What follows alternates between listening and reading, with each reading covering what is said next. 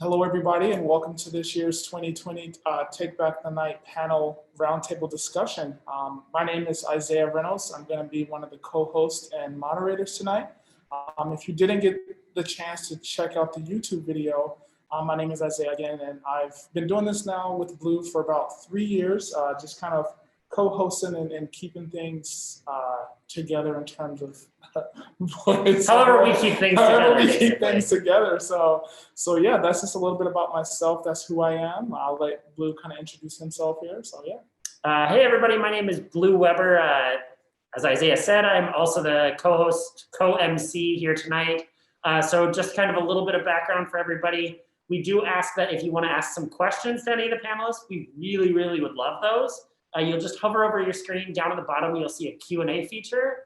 You can just ask those right in that Q&A feature, and we will try to get those out to, if you would like those directed at all of our panelists or just an individual panelist. And we do have some questions, so we will get started once we get done with introductions. So I'll hand it back to Izaiah for him to start our introductions out, or I'll start our introductions out actually. So one of our first panelists is Haley Wamstad, and Haley is this, I'm gonna just steal these papers. She's the state's attorney for Grand Forks County, North Dakota. She oversees a team of 12 attorneys leading the prosecution of felony and misdemeanor offenses, civil commitment cases, and juvenile matters within the county. She also serves as legal counsel to the Board of County Commissioners, as well as the county departments and entities. Prior to being selected state's attorney, she served as the lead attorney for the personal crimes in the state's attorney's office, where she specialized in the prosecution of domestic violence and sex offenders. Haley is a native of Hatton, North Dakota. She earned her undergraduate and law degrees from the University of North Dakota. Prior to becoming a prosecutor, Haley served as a law clerk to the judges in the Northeast Judicial District of North Dakota. Haley is an active member in the Grand Forks Rotary Club, Sharon Lutheran Church, and various community organizations. In her spare time, she enjoys spending time with her family and traveling. Awesome. And then next, who we have on the panel is Yvonne Griffin. She's currently been married for over 9 years with a blended family of 6 children. She's a previous client to the CVIC for over 16 years ago, or she was a previous client over 16 years ago, and is a current CVIC board member. She's member of the Speaker Bureau for RAIN, so that's RAINN, and a volunteer for OUR, which is the Operations Underground Rescue, and for sex trafficking rescue. She's the event/outreach coordinator for the Love in Action, a 501c3. She also associates in ministry and also is the founder of Warming the Nations, which is an organization that distributes warm winter wear blankets on reservations in North Dakota.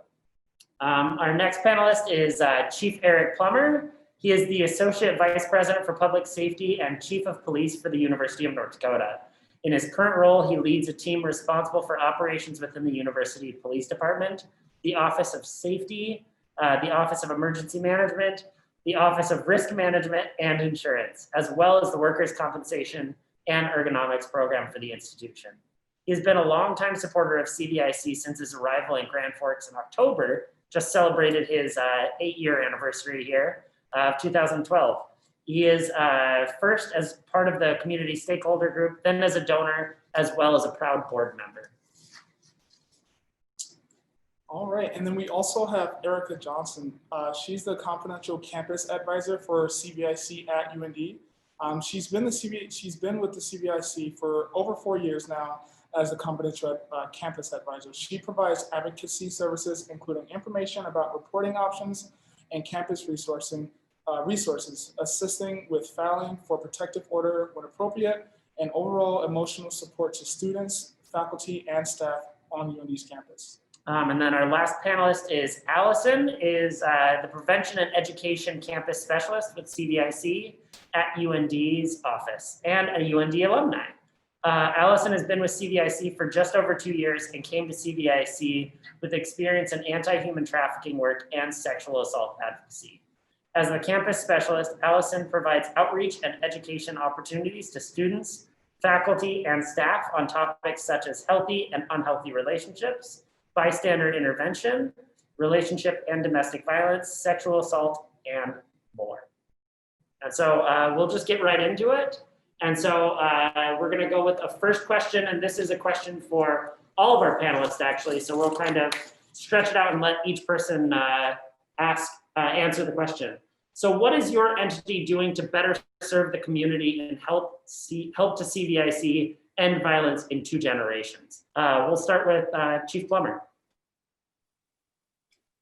We are engaging in this endeavor really in 3 ways. So through our education, collaboration, and our participation. So we are educating our officers as well as our community on various issues regarding violence and prevention. So we are also strengthening and maintaining our collaborative efforts with community stakeholders and partners such as CVIC, the state's attorney's office, Grand Forks County Sheriff's Office, and the Grand Forks Police Department. And we're really partnering in community events, regional and national discussions on ways to build a stronger and healthier community. And that's really important for me, especially in the law enforcement sector. We want to make sure people have an opportunity to grow up and live in a community free of violence.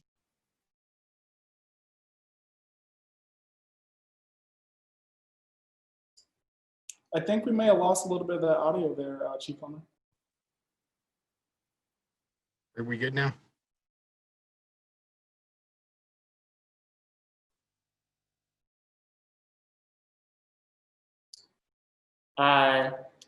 Anybody else want to take a jump at the next one? I can answer that question as well. Similar to UNDPD, our office works collaboratively every day with CVIC and other community partners such as law enforcement, the court system, in an effort to end violence in our community.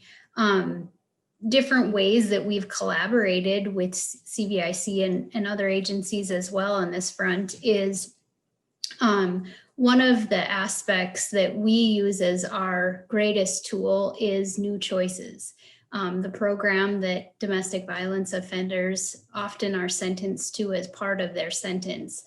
And we work closely with CVIC to make sure that those individuals are getting the treatment that they need, that they're following up as the court has ordered them to. And then another example is we work together with CVIC and all these agencies to establish the domestic violence court, which has been really paid dividends and been great progress for holding offenders accountable and giving victims a voice in the case when it goes through the criminal justice system.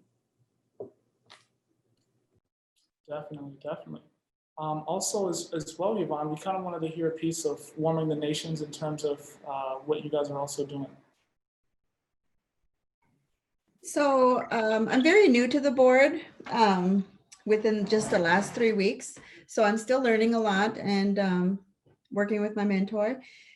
So part of the reason why I wanted to come on, of course, obviously saying that in the last 16 years, I was a client over 16 years ago to CVIC. And there's been so much going on since then that now I want to give back in a way of saying, hey, I've been there. I know what it's like. This is the way that I would like to be speaking to as a victim, and, you know, just giving my portion of it for being that voice for the victim to say, hey, this is how we should probably approach this, or just kind of giving ideas of things. And so that's kind of where I'm at. And then warming the nations is something that I've done for the last 17 years. I've been doing that, and I just started it locally, and I'm actually just setting up the building for it now within the community of Grand Forks. And it's a program where we supply winter wear, blankets, anything that you would need for the winter time to be able to stay warm for those that are in need, those that are homeless. And then it's also a ministry opportunity, because when people come in and they're asking for help and the things, it's an opportunity for me, for women, mostly women, that open up to me and say, hey, this is what I'm going through, or I'm homeless because of this situation. And then that, in turn, I use that as an opportunity to say, well, have you ever contacted CVIC? You know, and I'm able to give them the resources for their out, you know, and I'm able to encourage them, to help them, because I've been there and I know what it's like to be able to be in a situation where it's like, I'm done, I want out, I need help, and I'm able to help them. And again, advocacy, I go to battle for people, for women, for children, for even men. You know, I have a strong voice where I can just speak what they can't, and to be able to go to the right people and say, can you do something? Can you help them in this situation? So. And that's one thing that I think is just amazing about getting all of your different organizations together around this roundtable is being able to, you know, create those on-ramps to CVIC, because I think that sometimes is the obstacle involved in a lot of that process is you don't always know which organization to go to. And so thank you for creating another one of those outlets that really helps support the mission, because it's not always one person can handle everything. It's really a shared effort. UND at CVIC, CVIC at UND. Either of you want to? Yeah. So ways in which we are being inclusive with our services is just being educated on current events and things that are happening in our community, and then further making sure that we are attending trainings and those sort of things regarding different races, ethnicities, religion, beliefs, and those sort of things. And then also within our LGBTQ community, making sure that we are inclusive in our messaging, trying to use, what's the word, but make our office spaces and those sort of things present inclusive, or present in a way that's inclusive by using different stickers and those sort of just more inclusive language and imagery. Yep, and going off of what Erica said, as somebody who does like the prevention work and a lot of the outreach, we work really hard at that, at, you know, keep like maintaining, you know, our education ourselves, and, you know, if we have questions, not afraid to reach out and get those answers. And if we make mistakes, because we're going to, since we're human, and acknowledging that and really learning from that. And also kind of speaking back to your point on like all these agencies working with CVIC to help end violence in 2 generations, even though Erica and I are CVIC employees, we're still affiliates of UND, so we get to see that side as well, to get that support from campus. And, you know, time and time again, when I'm talking with students on campus and I get evaluations back and read those comments, you know, I would say 80 to 90% said, I had no idea this existed. And now those students know that if something happens or if they're concerned about somebody, they can come to us.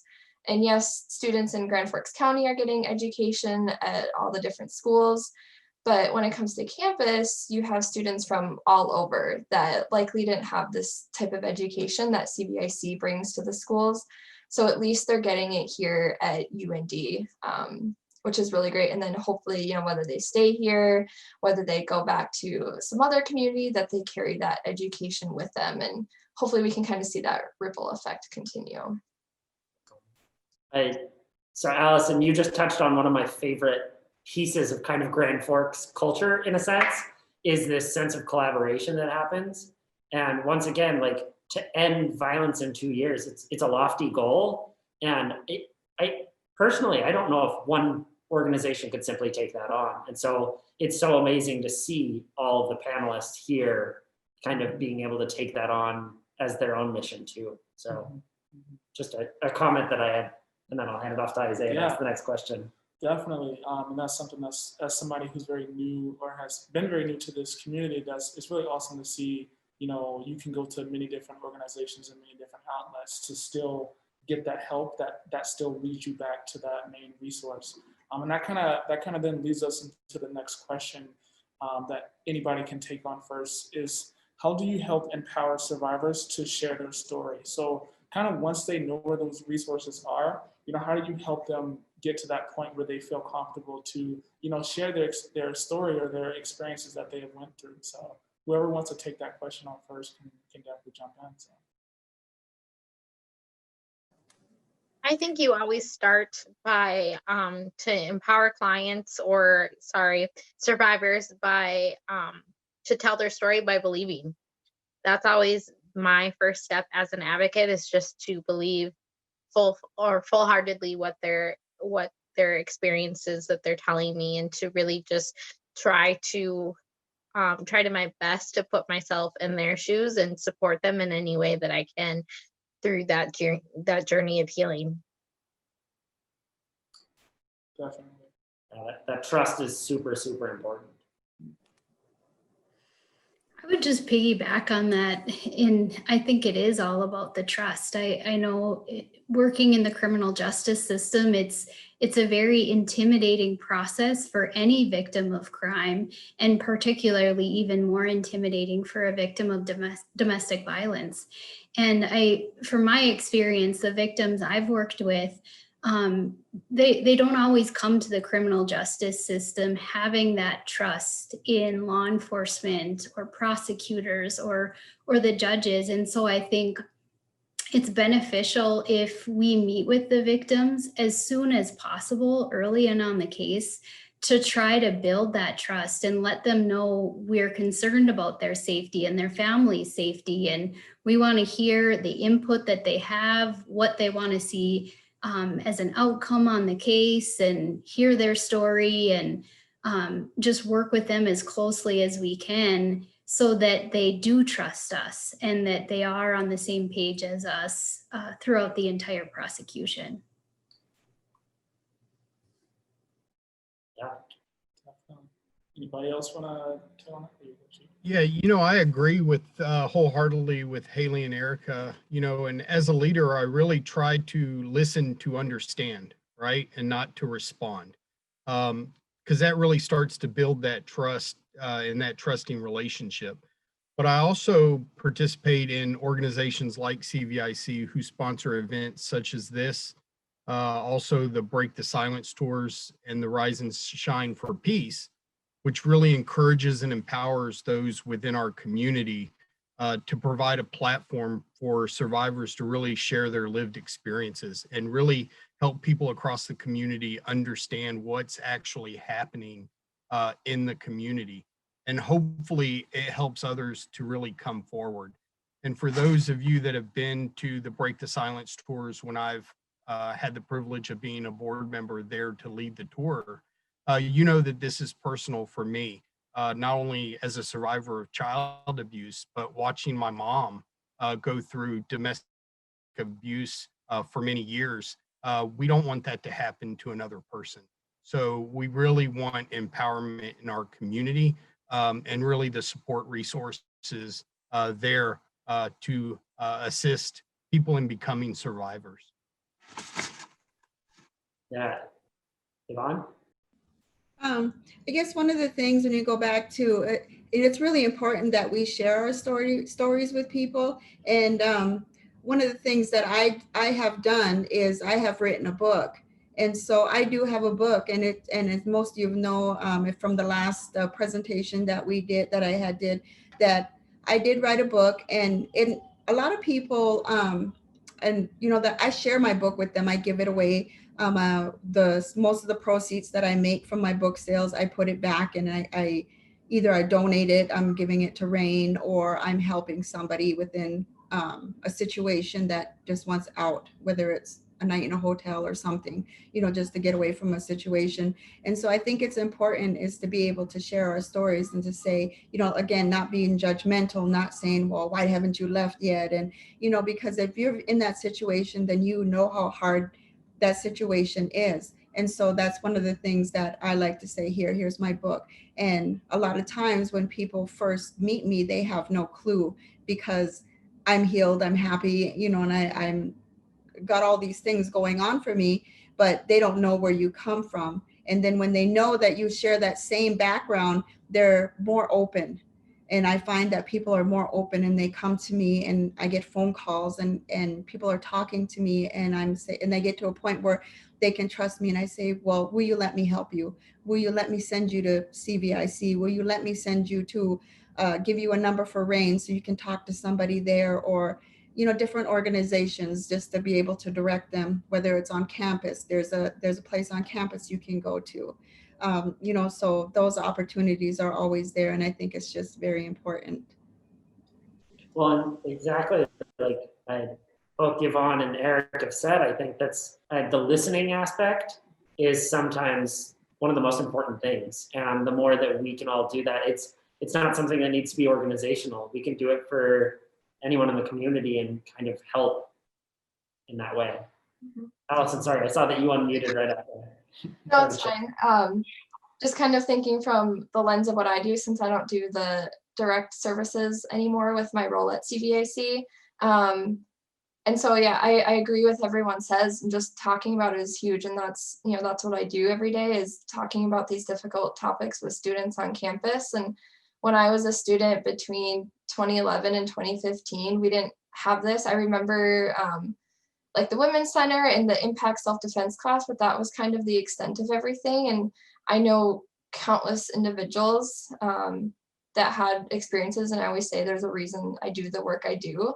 But it was still it was still very taboo even 5 years ago, and there just wasn't really someone out there talking about this. And so I try really hard when I'm out and about on campus to try and make these difficult issues just a little bit more easier to talk about, so students and young adults know that, you know, these things aren't okay. There's support available, and you know, when they get to a point, they can share.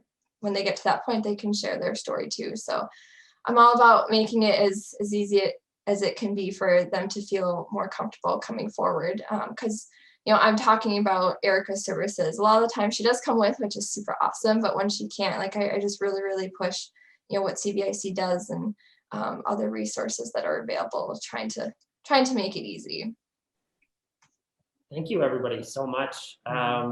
So a couple things that I'm just gonna plug real quick. The Q&A feature, we want to hear from you as participants here. These are questions that you can also submit anonymously. So if you do have questions for any of the panelists, we'd love to use those. This next one's going to be for Chief Plummer and Haley as well.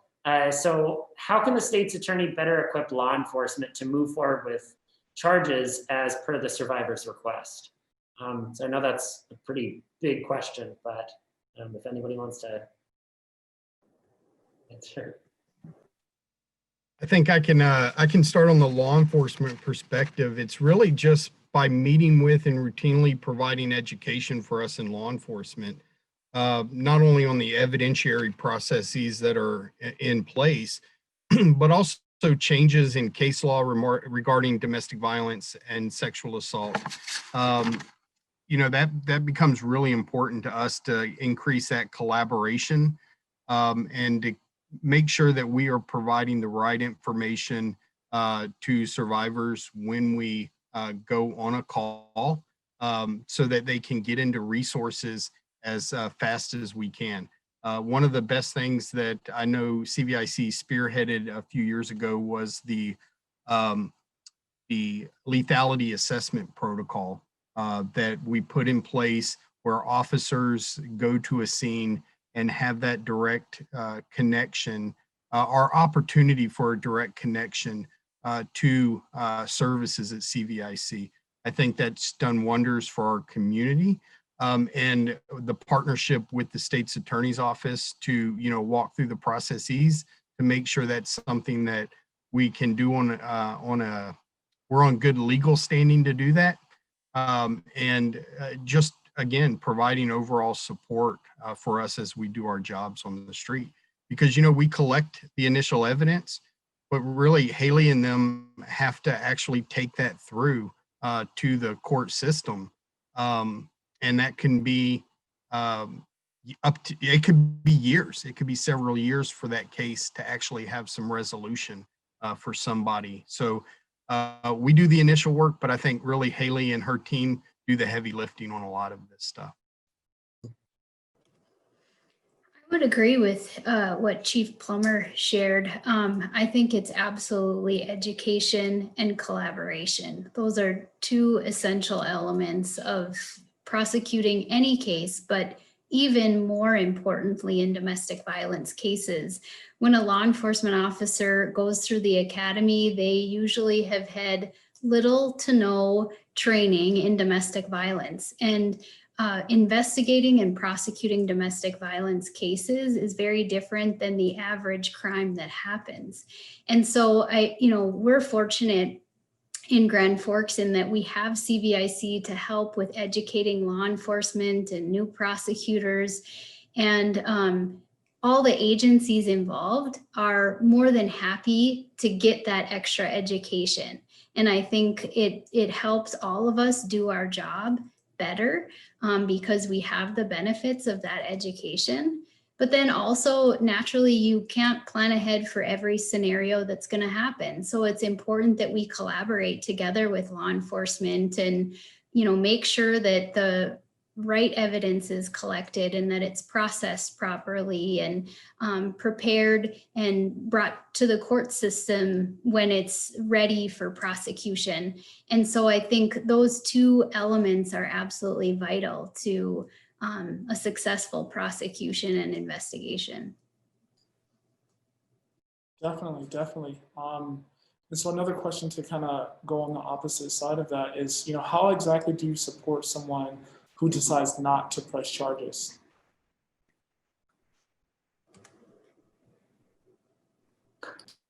That's one of the more interesting components of a domestic violence case is that ultimately, whether we proceed is up to the prosecutor that's handling the case. Obviously, we put great weight on the wishes of the victim. But with that said, with domestic violence cases, we also understand that there are dynamics that the victim is dealing with that may make them conclude, I don't want to proceed, where we might still be scared or worried about their safety. And we feel proceeding is the necessary course of action. And so it's a very difficult decision to make because ultimately, in the end of the day, we want that person in a safer place for themselves, for their children, and whomever else might be in the household. I think part of helping to support that person, if they wish that we dismiss the case or not prosecute that case, is we often sit down with victims and just hear them out for why they are concluding what they are concluding, and explain that the basis for our decision if it doesn't match with what their decision is. And I think a lot of victims, even though they sometimes disagree with us, they respect the fact that we're willing to hear them out and we're willing to sit down with them and explain why we might be concluding something different than what they have. I think on the law enforcement side as well, the officers need to really have some understanding.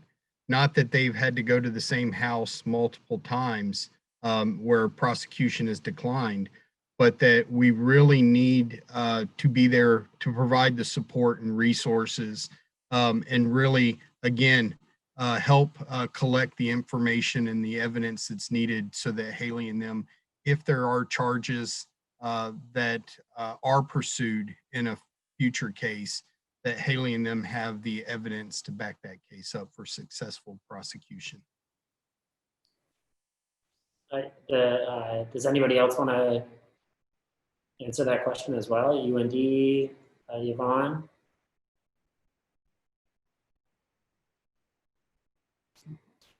We can move over to, we just got asked another question. So is there any of you feel we could do more in our response to domestic violence or more to increase awareness? We've really enjoyed being part of things like Take Back the Night rally and these roundtable discussions, but is there things that we could be doing more Or do you think that we just need to be responding better in any way to domestic violence in our community? I think just by having conversations like we are tonight openly about topics like domestic violence and sexual assault for that matter, makes it so that we take away that stigma and that taboo around these experiences and allow victims to feel and survivors to feel that they can come and seek services and to talk about what they've gone through. No, and I know even last year when we were part of the Take Back the Night rally, one of the more interesting things that's happened to me in Grand Forks was, as co-hosts, we were sitting down to kind of prepare, and one of the speakers from last year's Take Back the Night rally, Izaiah and her knew each other, and it was this amazing experience, and it was heart-wrenching, heartwarming, all of those different feelings, and it really did make sure that people knew that, you know, the stigma broke it down, but also really tied it back to like people, it affects all of us, and it's not something that's just so away from us. It's part of our community. So Haley, I knew you were about to answer. Sorry about that. No, that's okay. I agree with what you said. And I also agree that we've made great progress in education and prevention, but there's still progress to be made. You know, as prosecutors, we talk with jurors all the time on domestic violence cases, you know, in our voir dire, jury selection process, and sometimes after the case is concluded. And, you know, I think there's still a misunderstanding about the dynamics of domestic violence just with general lay people in our community. You know, oftentimes, for example, if a victim recants, a juror or a community member might look at that as that person's not being honest. But there's oftentimes more to the equation than that. It could be, you know, financial reasons or a child custody reason, or, you know, the list goes on. And those are factors that I think not everybody in the community understands. And it's important that we educate our community, because there are potential jurors on these cases. There are the friends and family that victims might go to share their story about what's happening. And so I think it's important to make sure that our community as a whole, not just those of us that work in the field, are well educated on the dynamics of domestic violence. Yeah. Would anybody else like to answer? Yeah, I can add in a little bit. I know on campus with me, CVIC at UND, we're kind of known like, well, they're the office that talks about domestic violence and sexual assault, and it's not fun to talk about. I definitely can tell with some student orgs, they're like, yeah, like we have you here because we have to check this box for the semester. So it can be, we kind of have that barrier of just, it's this dark topic that we talk about. But yet we try really hard to get, you know, students and, you know, because they're community members too, to understand, you know, that this is important. This is happening, you know, in our community, in our state, it's happening on campus, and it's happening with your peers and with your friends, whether you realize it or not. And fortunately, we have, you know, a good amount of allies on campus that recognize that, you know, students need to know this information because they're going to leave here and, you know, have different experiences, and they're having experiences now that that are these things that we talk about. So it can be difficult raising more awareness and providing more education simply because of the topic itself. But we have, like I said, we have those groups and those individuals and those allies that still really push this as well, which is really helpful. And I know I appreciate it. This, like the students and professors and instructors that are also passionate about this, I thank them all the time for, you know, continuing to share our information as well.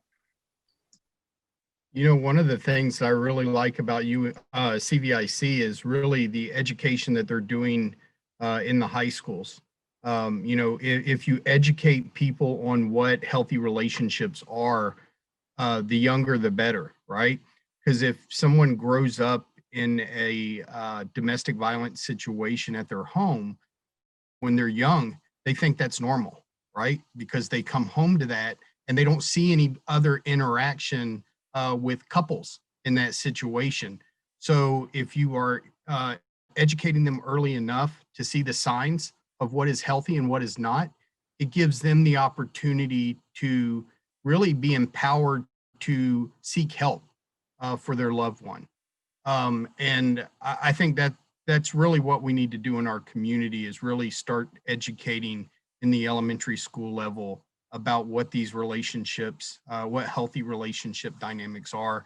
And I really give kudos to CVIC for being out there and doing it. You can go ahead, Yvonne. So one of the things that I do, as well as with the Warming the Nations, like the outreach that we do, being that I do have an associate's working on my bachelor's in ministry, it's an opportunity for me to, when these different individuals are coming through, we're giving everything away. You know, we don't ask for money. I do everything is free. People donate to me, and then I give it to the people that are in need. But then it's also an opportunity for me to have that one-on-one for them, and they kind of open up and they start sharing and they talk. And then one of the other things that I'm also doing is I have that one-on-one mentorship with them. You know, I sit down, I take the time with each individual person that's willing to have that time with me to say, hey, can we go have coffee? Then they share a little bit about themselves with me. We also have,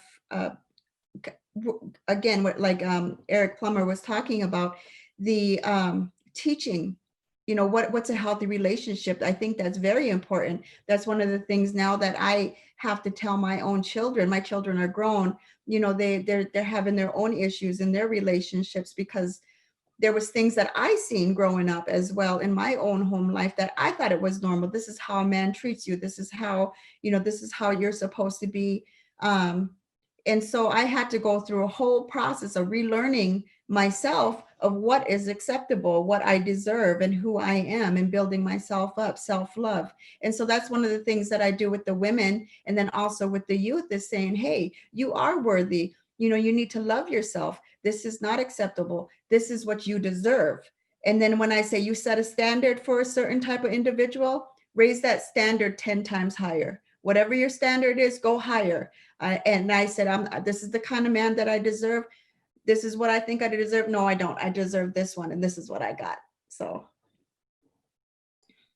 Yeah, that's an amazing answer. And really this next question goes hand in hand to kind of what you just wrapped up saying there. And one of the questions that we got was, you know, we understand that this work is very difficult, you know, and it takes a toll on you guys as well as people. And so, you know, the question is how do you guys, you know, take that time for yourself? You know, what are those things that you do for your own self-care to kind of keep you going with all the things that you guys are doing and seeing every day? So yeah, whoever wants to, you know, kind of go over how they go about that self-care process and how they kind of, you know, do that. You know, whoever wants to take that first definitely can. So. I would say something that I do to care for myself and to really deal with that stress that you are talking about with this job is really just spending time with family and friends, and just allowing myself to stay present with that, so that I can kind of turn off that work brain and focus more on that time with those loved ones. Wow, that's a big question. You know, I've done this work for over 23 years now, and, you know, I deal with crises all the time. And I actually love the work I do because, again, it's personal for me, right? So I think Erica's right. It's getting to come home and decompress with the family. I've been married for 21 years now. I have 2 great kids. And really getting to come home and just spend that time with them. I do still get the 2 a.m, 3 a.m phone call to deal with issues. But I have a rock with my wife that doesn't get angry of getting woken up at 2 or 3 a.m. because she knows this is what I'm passionate about and it's what I'm doing. I think for not all officers have that support system. So as a department, we have to really have a buddy system in place where we're checking in on each other and seeing how we're doing, especially if we go to a call of a domestic violence situation, a suicide, an aggravated assault, or, really some of the bad side of life that we have to deal with. And, just having that debrief opportunity for critical incident stress management. It really helps us to channel that into good behaviors versus the way it used to be in law enforcement, where we debriefed at the bar, right? And that really starts to foster kind of self-destructive methods there. But for me, it's the love of the job and really the love of getting to work with organizations like Haley's, like the Sheriff's Department, like the City PD, and like CVIC.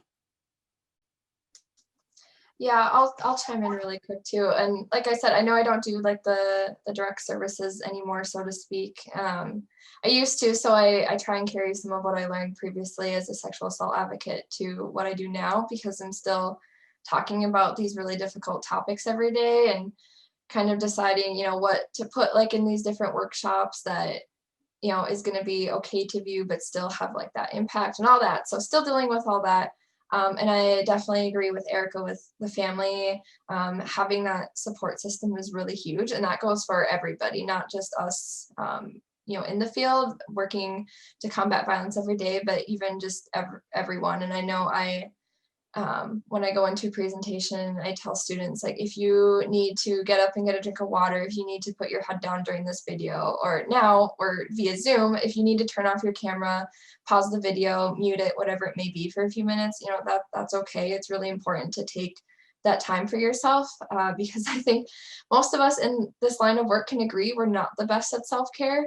We're working really hard to get there. But even me reminding students things that they can do, that is a reminder for me, that I need to do those things for myself too. I need to try and get good sleep. I need to remember to keep drinking water. Of course, I have my dog that really, really helps. He gets me outside during the day, especially working from home. And that's kind of another thing we're all dealing with as well is, we're at home, we have our work at home, and really the only, I guess, like wall we have between work and home is like shutting our laptop for the day, but yet your work computer's still there. You could just open it and check your email quick if you wanted, but just setting those boundaries is really, really important. That disconnect is almost becoming more difficult in some ways. I think one of the things too is that we're all in this because this is what it's personal. I have a passion for it. I have a passion for serving people. I have a passion for healing. I have a passion for seeing people come out of the dark and come into the light, so to speak, leaving a situation and then knowing that there's more in life than being, chained down. There's so much more that people could do. So, I mean, it is, it's hard sometimes to hear some of the stories that I hear, but at the same time, I know that as long as they have hope and they're willing to share and they're talking about it, they've already crossed the barrier because now they're speaking about what they're going through. So there's healing in what you're saying, in your speaking, because now I can say I've been there and I can help them, to be able to get to a place to say, well, whether it's going all the way back to the root of the problem, how did you end up in this relationship? What was your home like when you were growing up? And so a lot of times it comes all the way back from home because, again, like Chief Plummer was saying, if you coming up and you see in a certain type of lifestyle or a home life, then you think that's the norm because you're not used to that sort of thing. And so one of the things for me, just coming home, and again, it's just spending time with my husband, and it's just saying, this is the conversation I had, with an individual today, keeping their confidentiality, but just saying, I just need to breathe because I know how they're feeling. I know exactly how they're feeling, and it's heart-wrenching because I know what I went through in that particular situation. And so, but again, just holding on to that self-love, taking time to exercise. You know, I started working out a lot lately because I've been doing a lot more one-on-ones and mentoring young ladies, and it's a lot. So just taking that time to breathe and eat right, spend time with my husband and my children and my grandchildren. That's a way of decompressing. And then to know that I'm going to get a phone call probably at 1, 2 in the morning and have to get up and move around and everything. And so I'm not a police officer, but sometimes I feel like it. Haley, do you want to answer as well? Yes, thank you. I think it's a really good question because, you know, I think like some of the other panelists said, those of us that are in this line of work generally immerse ourselves in our work because we have that passion and we care deeply about the lives of other people. And so I think when you have that mindset, naturally you put yourself last. But you kind of have to change your way of thinking when you're in this line of work, because if you're not caring for yourself, you can't help somebody else out to the best of your abilities. And so, you know, from a prosecutor's perspective, in our office, we have a team of prosecutors that handle domestic violence cases. And that team works closely together, even though they all have their own individual cases. We often staff cases with each other and, you know, share about our meetings with victims and collaborate on how we feel would be the best way to prosecute this case and what would be the most appropriate sentence for this. And so I think that team atmosphere is vital to the prosecution of cases like this, because you really need to lean on your colleagues when you're working on difficult cases like these. And then naturally, I would absolutely agree with the rest of the panelists that, you know, you have to recognize that there's a point in time where you have to go home and you have to decompress. And that's often a difficult thing to do when you're dealing with a very troubling situation, but it is a necessary component so that you can bring your best self to work every day. So thank you, everybody. And ironically enough, kind of, the next question I was going to ask is, everybody kind of answered it already. It was, what made you participate in the rally? But it's a two-part question. So I really kind of want to hear from everybody on this next part of it is, you know, we all know why you're participating, I think, because it hits home for everybody. But also, what are you hoping to accomplish? By participating in this roundtable, obviously sharing your insight is important, but is there something that you would like for, you know, our participants who are here watching to take away from this, from your participation? Well, whoever wants to take the first jump on that one. I can go first. For me personally, these are types of situations that unfortunately is somewhat common in our community. And I hope that if there's anyone listening to us that may be a victim of domestic violence or has a friend or family member, I hope that by listening to us, they know that there are community members, community agencies that are here to support them if they choose to report their personal situation or whatnot. And then also, even if they don't report it through the criminal justice system, that there are people that care, there are services that are available to them in the community. And then naturally, even if our audience isn't victims themselves, if they have friends or family or anyone like that, they certainly can share those services and whatnot with them as well. Yeah, I agree with that. Especially with my prevention education lens, that's what I pretty much always have on now. I mean, like I said, I was a UND student. I attended the Clothesline Project all through undergrad. I attended the Take Back the Night rally as a member of Chi Mega, whose National Philanthropy is domestic violence awareness as well. And that's really when I learned about CVIC. And if I didn't go to those events and was part of that, I probably wouldn't be where I am now. So I definitely like hold this whole cause in a really special place in my heart. And like I said, there's definitely a reason why I do what I do. And even now, just with these events and kind of getting to be the person that helps plan them, it's kind of cool to see how things come full circle. But same, like I just really want to get this information out there for individuals. I want young adults, especially to know like what to look for, and recognize when things that aren't healthy, when those things are happening, that we can do something about it. We can have those conversations. It's okay to talk about it, because like I said, when I was in school, it still really wasn't. It was very much it's none of my business. That's their thing. I don't need to worry about that. But just really letting people know that it is okay to talk about, and you're 110% not alone in this. And I just really want people to take that away. And that I know we've talked about how Grand Forks is so collaborative and caring, and that's definitely true. And there's countless individuals you can talk to that would provide support or point someone in the right direction of where they can go. Thanks. Any of the panelists? Yeah, so just kind of going off of what everyone else has said, I think something that I really was hoping for our audience and participants to get away or take away from tonight, is that this affects everyone, and that there isn't just like this is a topic that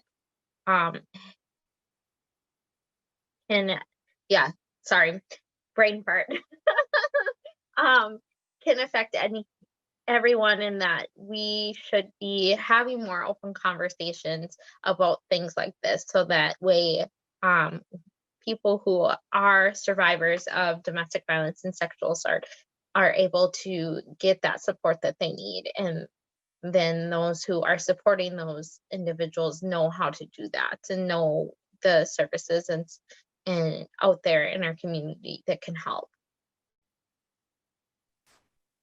Yvonne, would you like to answer as well? So yes, I guess basically, as a survivor, one of the things that I always thought was that, why would I tell anybody, fearful being judged, thinking I'm the only one, and just to know though that you're not alone. There's people that are going through this. I mean, like I said, I also do a online support group that I have called Let's Talk About It. And Let's Talk About It, we talk about so many things: rape, abuse, incest. I mean, these are things that are prevalent. These are things that have happened. These are the things that are swept under the rug. Nobody wants to talk about them. Nobody wants to address them. It's things that are happening within the families. You don't talk about it, you're going to shame our family. And for me, it's like, no, let's put it all on the table. Let's talk about it. I don't care who it is, whether it's my father, whether it's my uncle, whether it's my auntie. I mean, let's be real. I be very transparent. I'm very transparent with the people that I speak with and that talk to me. Just to be able to share, because I can use all these big terms and people aren't really going to understand me. But when I come down on their level, then say, hey, look, I've been there. I've done that. I'm a victim of incest. I've been raped. I've been beaten by my boyfriends. I tell them all this stuff, and it's just like, it's mind blowing for them. And they say, what? Like, wow, you've been through that? And I'm like, yes, I've been there. I've done that.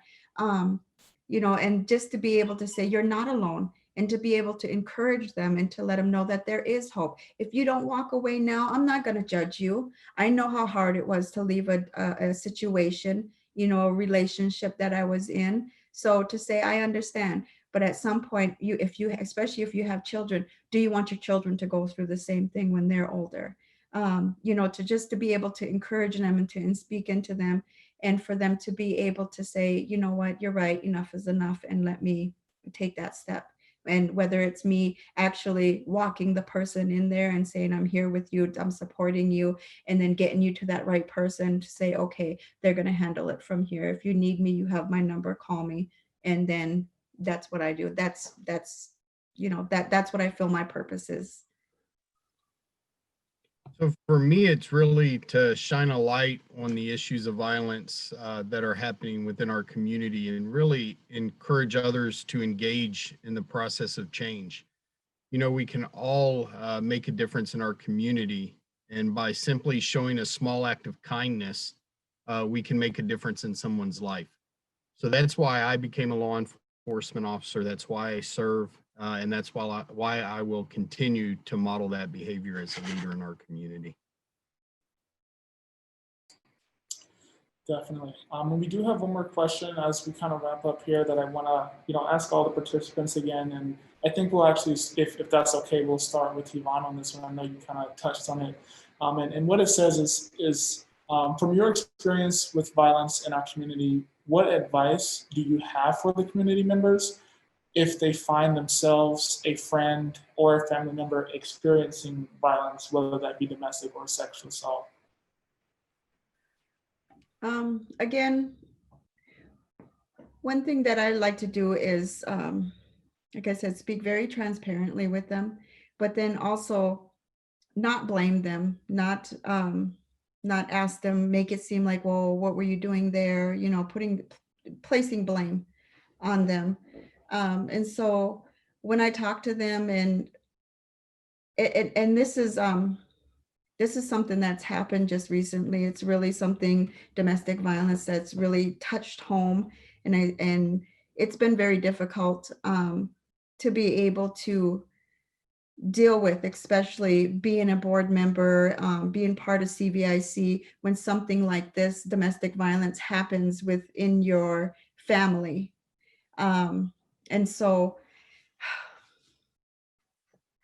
one of the things that I had to tell this individual is that it's not their fault. Just to be encouraged and to know that they need to go ahead and take the steps to make sure that it's going to keep their children safe, that they're going to be safe. It can be tough. It can be very tough. And so that's one of the things that it's really hard for me, like, dealing with people on another level, but when it's your family and your close friends, to say, wow, especially when you had no idea, and to say, how come I didn't see those signs, or you didn't tell me sooner? Sometimes I guess I had that sense of, why didn't I see? Why didn't I recognize you were going through this? And sometimes, I had to forgive myself to say that I didn't recognize it right away, because, we look outward, we look everywhere else, but when it's happening to someone very close to us, it's just like, it's mind-boggling. And so just to be able to be there, to be able to support them and say, okay, I'm sorry that I didn't recognize this, but I'm here for you, encouraging them, speaking into them.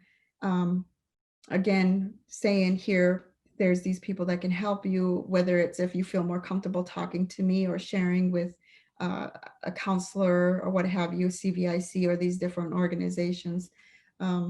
So I guess I'm really living what this question right now. And so it's a tough one. It's a tough one. Thank you so much for answering. Thank you for sharing. It's important for everybody, I think, who's here to hear that as well, is that, it's something that affects all of us, and it's close to home really often. Yes. Anybody else like to answer?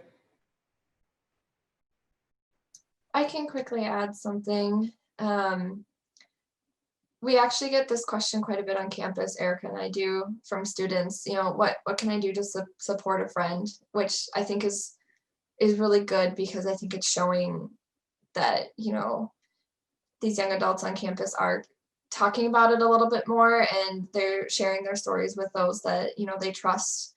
And so this has definitely been a big focus for us on campus to get more information on, you know, how to be a supportive person for somebody, because it can just be really difficult being that person for someone, kind of taking that all on, and you know, seeing it through that other lens, and maybe like as an outside person wondering like, well, you know, why are you still with that person? Why haven't you left yet? Like what's going on?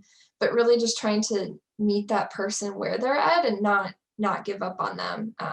Because we know, you know, as the support system leaves, then that person just becomes more and more isolated, and we don't want that to happen, because then it becomes nearly impossible for them to leave. And so we always really encourage, you know, if you're a supportive person for somebody, you know, you got to be there for them, but still take care of yourself. And if you need to reach out to somebody to talk to as well, to maybe get advice, or, you know, ask, you know, what can I say to this person? What is okay to say? You know, reach out for that. And that's another push I do for Erica's services as well. Like, if you have questions about how to talk to somebody about this, you know, we can help with that too. You don't have to take it all on yourself either. Thanks, Allison. I would just add to that I think the things that you can do right away is just to believe and believe that person, and then just to kind of echoing Yvonne and everyone else is saying that it's not your fault. And something that I just recently heard from one of our therapists at CVIC that's really kind of stuck with me.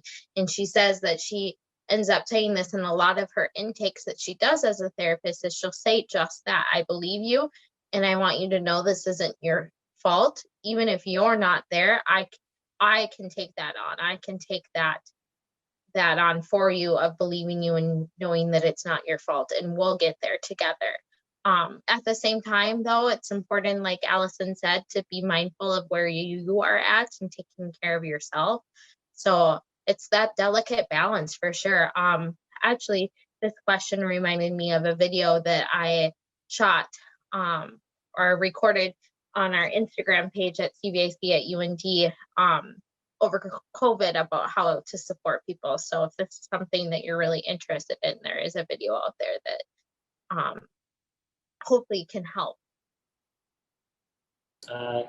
Chief Plummer, Haley, would you like to respond to this last question?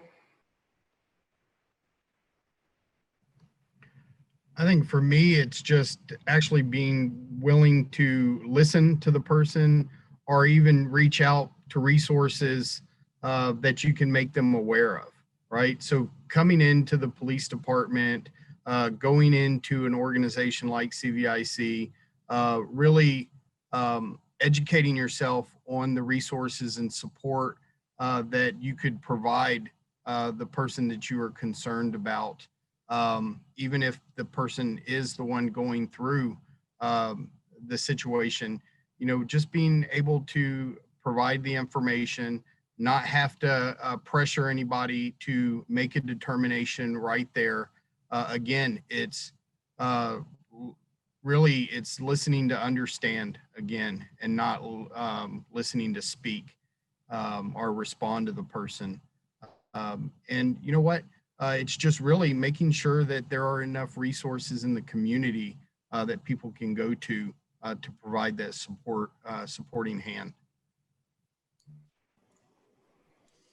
I would agree as well. I mean, I think when we meet with victims of domestic violence, it's important for us just to hear them out and hear where they're at and how it's impacting their lives and their children and whatnot, and to let them know that we're here to support them. We're here to advocate for them and see that they get to a point that's a safer spot for themselves and their family. So thank you to everybody for participating, the panelists. I'm gonna just say a couple last words. I'm gonna hand it off to Izaiah, and then we'll give the panelists a last chance to, if they have any final comments as well. So One thing that I'm gonna shamelessly plug is Purple Thursday for tomorrow. I know Isaiah's already got the mask on ready. I've already got my purple socks on ready for tomorrow. So we invite everybody to wear your purple shirt, purple ties, paint your nails, whatever you want to do for Purple Thursday.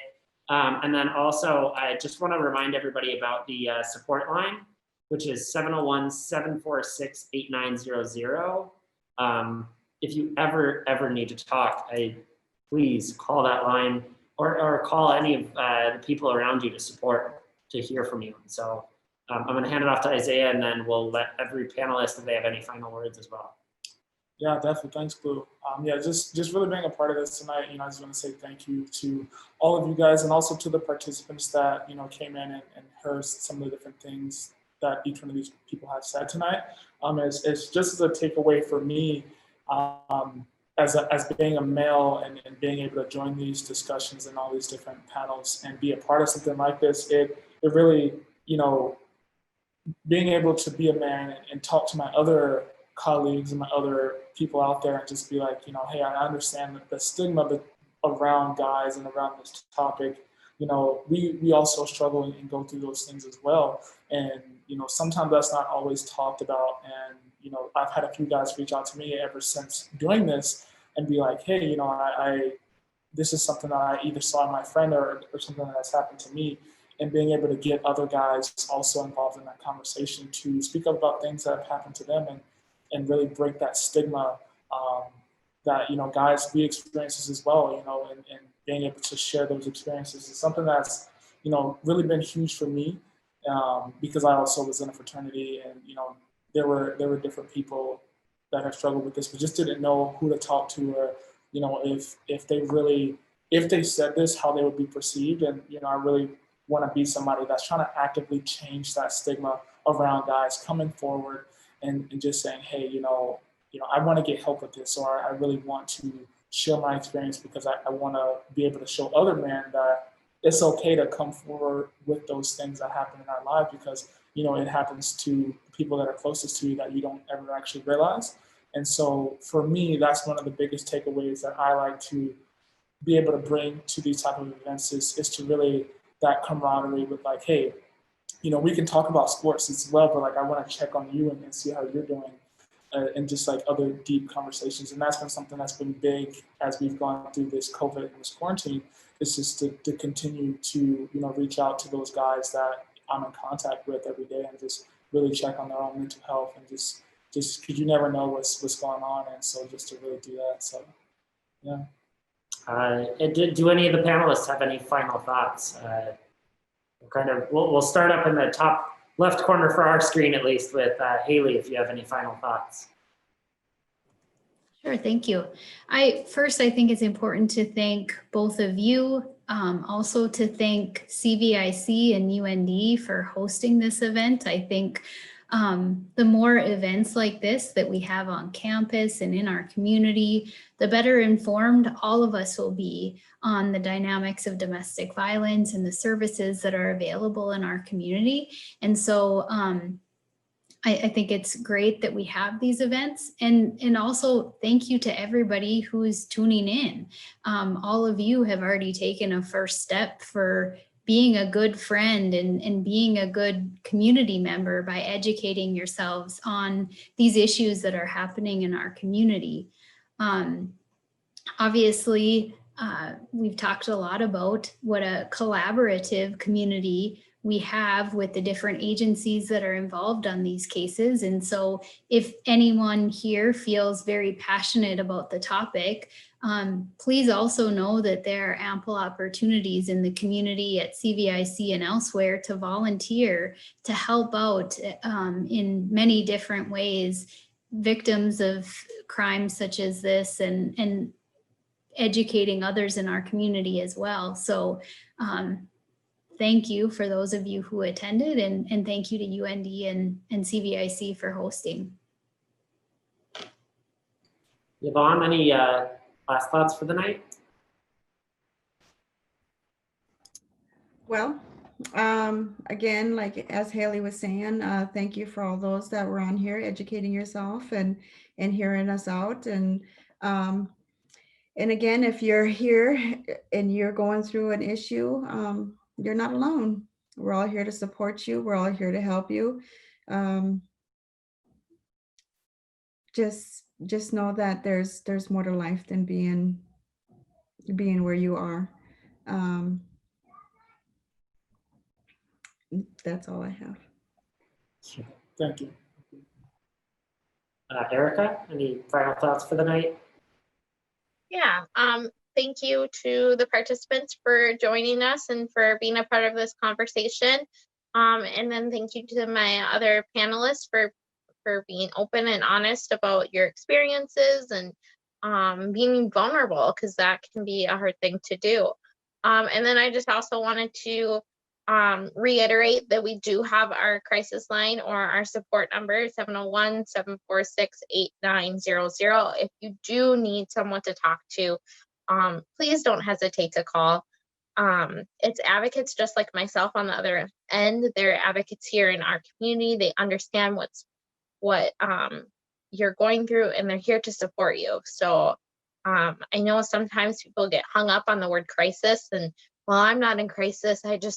I'm just having a hard time. It's okay to be vulnerable and to seek that help if you need it. That's what we're here for.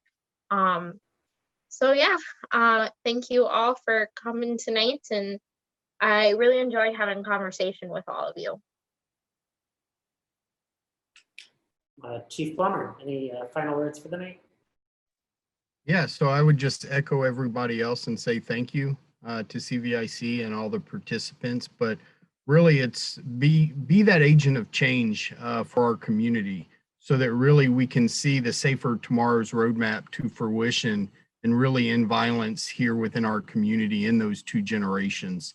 Wouldn't that be great to not have to have these conversations every year, that we could, really have that education deeply ingrained in everyone's soul, really, so that we can move forward and really educate our community on what it's like and educate other communities on what we did here in Grand Forks. Definitely. Thank you guys for those last words there. As we wrap up here, I don't know, is there any? I think Allison, did you have something as well that you wanted to say? Or? Yeah, my dog is getting antsy, so sorry if I seem a little distracted. He's just saying hi to everybody. He's not camera shy, that's for sure. Yeah, I just really want to reiterate what all the other panelists have said, and I can't even thank everyone that is a panelist tonight, that has attended tonight, for being here, because this is the first time we've ever done this. We, with everything being virtual, we really wanted to have an interactive component where we can all gather as community members and have a conversation about this and talk with those who work in this field, and just get to know a little bit more about what we're seeing, what's going on, and kind of figure out what community members want to know about this. So it's just a huge thank you to everybody. And then a few points that stuck out to me as we've been chatting, just about being like Chief Eric Plummer said, like an agent of change, and Izaiah talking about checking in with people and really genuinely asking how someone's doing. That's really some big advice I always try to give. When it comes to like bystander intervention, that's something else we talk about on campus. Such a small step you can do is just check in with somebody and ask how they're doing, because it might seem like a small question. It might feel awkward to ask sometimes, but it can make the world of a difference for somebody, because nobody else might have asked that question before. So that's definitely a huge piece, a huge and simple piece that I think can be taken away. And then just a couple other things. Sorry, my dog's chewing on a bone now. We did have, last night we had the Take Back the Night rally video, and I want to say, that's still available, as well as the Clothesline project that launched last week. So those are other things that you can check out to get involved in this as well. Definitely. And yeah, so once again, just want to reiterate, just thanks everybody for tuning in, all the participants, and thank you to all the panelists tonight.